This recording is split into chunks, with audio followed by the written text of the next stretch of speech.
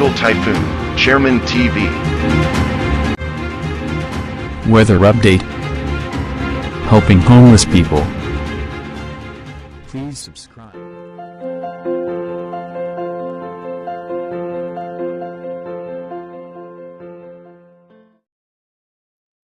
Gabi po, ito po ang latest update natin para nga po dito sa minomonitor natin na si Bagyong Basyang. Ayon nga po sa latest update ng European Center, ito po ay nasa coastal water na ng Bislig at ng Hinatuan. At posible nga po anumang oras ngayon, ito po ay magkaroon ng landfall scenario o pumasok na sa ating kalupaan.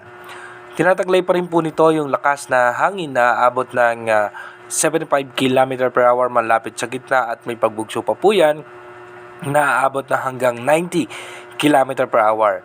Bahagyang mabilis itong si Bagyong Basyang na nasa 15 km per hour pa west-northwestward.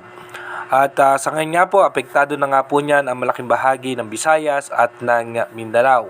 At nakataas nga po dyan yung storm wind signal number 2. Kaya mag-ingat nga po yung ating mga kababayan dahil makakaranas tayo ng malakas na mga pag-ulan at malakas na hangin.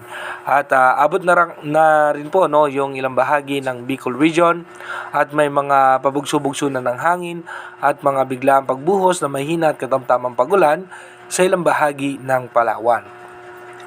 Dito nga po sa excuse me po. Dito po sa inilabas ng Japan Agency possible nga po dito dadaan yan sa may ibabaw ng Hinatuan at dediretso po sa San Francisco at pinaka dadaanan pa po niyan possible nga po dito sa may Balingasag. Dito po siya dadaan and then dediretso po yan sa may Lassie.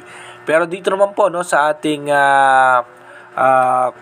forecast track ng European Center naman, ito naman yung kanyang possible na dadaanan.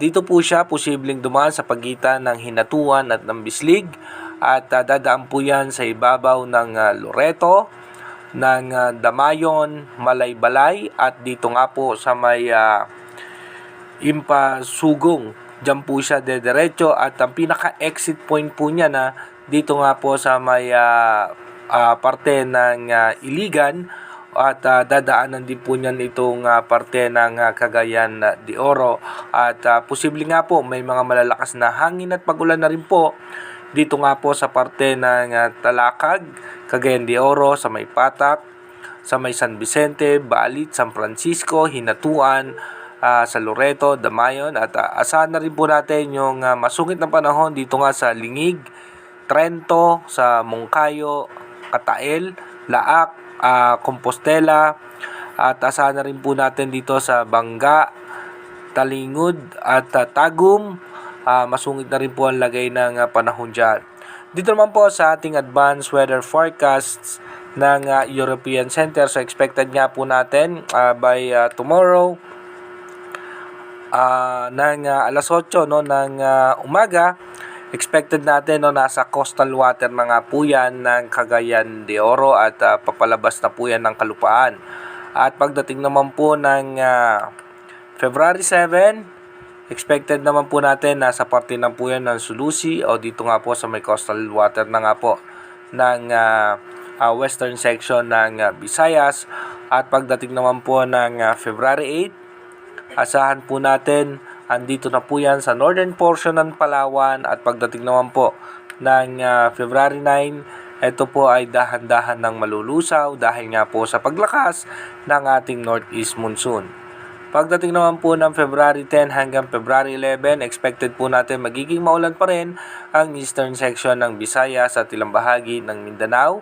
At pagdating po ng February 12 hanggang February 13, dahil po sa shear line, magpapaulan po yan sa may Bicol Region, Visayas, hanggang dito po sa may parte ng Mindanao.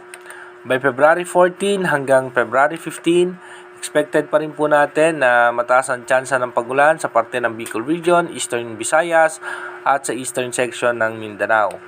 by February 16 hanggang 17. Ganun pa rin po yung ating magiging senaryo pero wala naman tayong nakikitang posibleng panibagong banta ng sama ng panahon. Inuulit ko po, yung ating advanced weather forecast is possible scenario pa lamang po yan. Malaki pa rin ang tsansa na magbago lahat yan. Kaya manatili tayong tumutok sa ating advanced weather forecast para malaman natin yung mga posibleng sama ng panahon na makakaapekto sa ating bansa at iba yung pag-iingat na rin po sa ating mga kababayan na dadaanan ni Bagyong Basyang. Sana po ay tayo lahat ay maging safe. God bless po sa ating lahat.